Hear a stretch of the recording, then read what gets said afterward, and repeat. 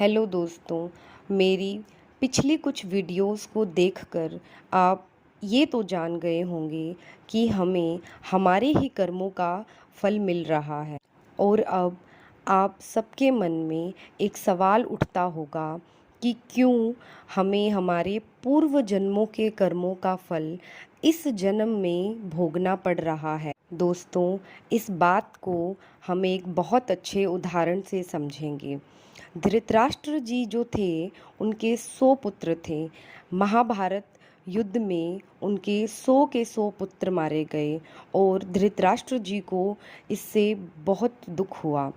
श्री कृष्ण जी से उन्होंने पूछा कि मेरे ऐसे कौन से बुरे कर्म थे जिनकी वजह से मुझे अपने 100 के 100 पुत्रों को अपनी आँखों के सामने मरता हुआ देखना पड़ा।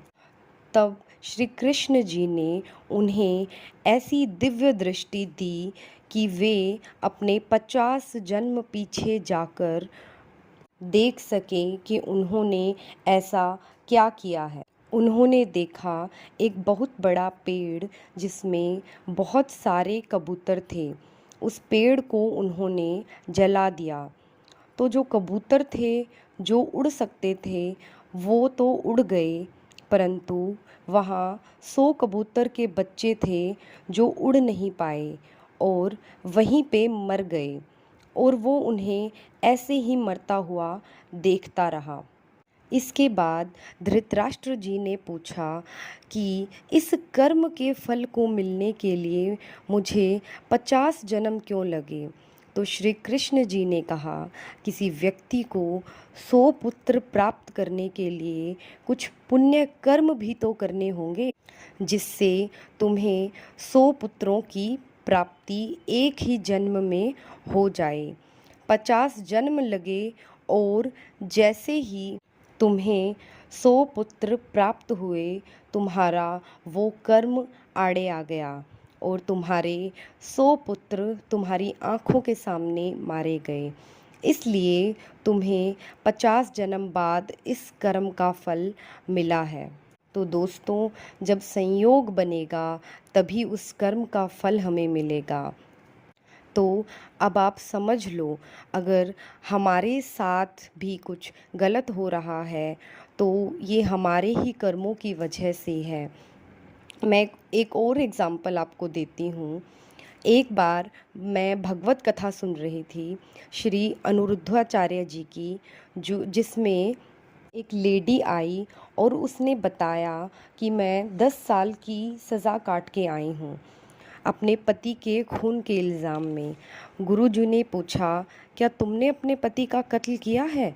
तो उसने बताया, ना तो मैंने अपने पति का कत्ल किया है और न ही उनके कत्ल में मेरा कोई हाथ है।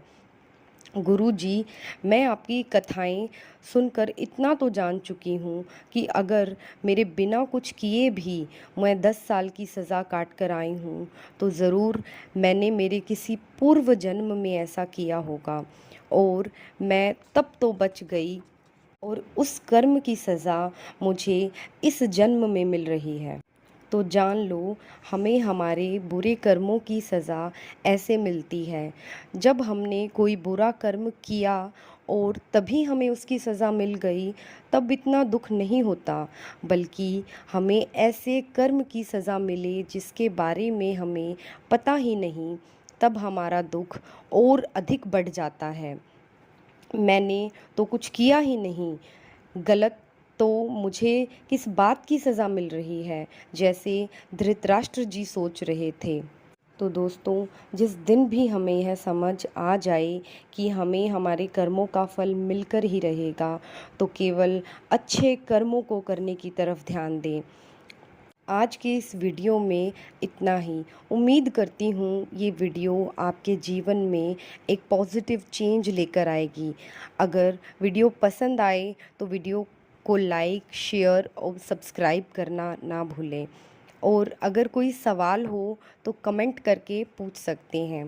Thank you so much for watching.